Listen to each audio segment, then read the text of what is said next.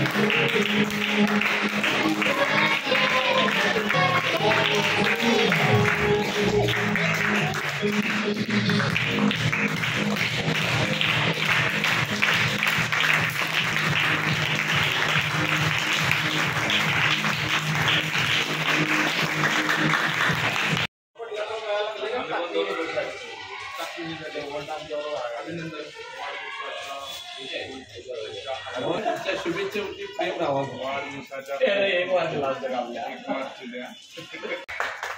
छत्रपती शिवाजी महाराज की जय. जय भवानी. जय शिवाजी.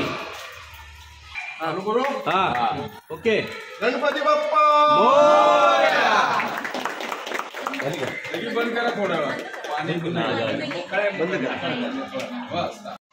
आज शाळा नंबर 4 मध्ये उद्या असणारा माझा 25 तारखेचा वाढदिवस, त्या निमित्तानं सर्व शाळेच्या शिक्षकांनी व माझ्या सर्व सहकाऱ्यांनी एक छोटासा कार्यक्रम आयोजित केला होता.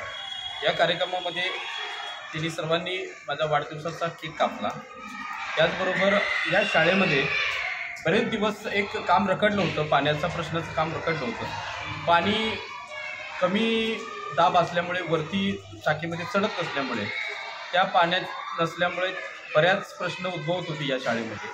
स्वच्छतेचा प्रश्न उद्भवत होता, विद्यार्थ्यांना पाणी मिळत नव्हतं. त्याकरता ते वेळोवेळी गेली 6 महिने झाली आमच्याशी पाठपुरावा करत होते.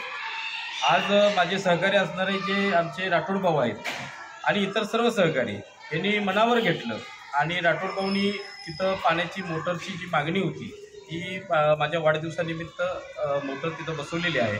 त्याचबरोबर त्या पाण्याचं फिटिंग केलेलं आहे आणि त्यांचा कायमस्वरूपी जो पाण्याचा प्रश्न होता शाळेचा 4 नंबर शाळेचा तो हे केलेला आहे, वेळ संपवलेला आहे.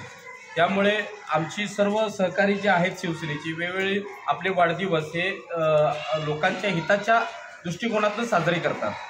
नाहीतर इतर काही लोक असतात की ते बरेच देखावे करतात, परंतु आमच्या पक्षामधील असतील किंवा आमचे जे सहकारी असतील सर्व सहकारी हे नेहमी वाढदिवस साजरा करत असताना असा लोकहिताचे उपक्रम हातात घेऊनच वाढदिवस साजरे करतात. त्याबद्दल मी माझ्या सर्व सहकाऱ्यांचं ऋणी आहे. त्याचबरोबर या शाळेतल्या सर्व शिक्षकांचं मी ऋणी आहे आणि विद्यार्थ्यांसुद्धा ऋणी आहे की त्यांनी आज माझा वाढदिवस असा वेगळ्या पद्धतीने साजरा केला. त्याबद्दल मी त्यांचे सर्वांचे आभार मानतो. नंबर 4 सांगलीमधून बोलत आहे. आमच्या शाळेमध्ये पाण्याचा प्रश्न बरेच दिवस झाले सुरू आहे आणि आता तर शाळा नंबर 2चे पण विद्यार्थी या ठिकाणी आहेत. तर पाण्याचा अपुरा पुरवठा कमी दाबानं होतोय आणि सगळ्या मुलांना पाणी पुरत नसतं. स्वच्छतेचा पण खूप मोठा प्रश्न निर्माण झाला होता. आम्ही पाणी मुलांना पिण्यासाठी ॲक्वाचं आणून देत होतो, मात्र स्वच्छतेचं काय करायचं हा मोठा प्रश्न होता. आमचे पालक राठोड भाऊ या ठिकाणी शाळेत आले होते आणि त्यांना सहजच बोलताना त्यांनी लगेच त्यातनं मार्ग काढला आणि त्यांच्या सगळ्या टीमला घेऊन त्यांनी हा प्रश्न सोडवला. त्याबद्दल सर्व त्यांच्या टीमचं मी शाळेच्या वतीनं हार्दिक असा आभार मानते. पाण्याचा खूप मोठा प्रश्न त्यांनी सोडवला. त्याच जे वेगळे प्रश्न आहेत, उदाहरणार्थ आता आपण बघतो की मुरुम टाकण्याची गरज आहे, पाणी साचतंय, तर हे सगळे सोडवण्याचं त्यांनी आश्वासन दिलेलं आहे. त्याबद्दल शाळा नंबर 2 आणि 4 सांगलीच्या वतीनं मी त्यांचे हार्दिक असे आभार मानते.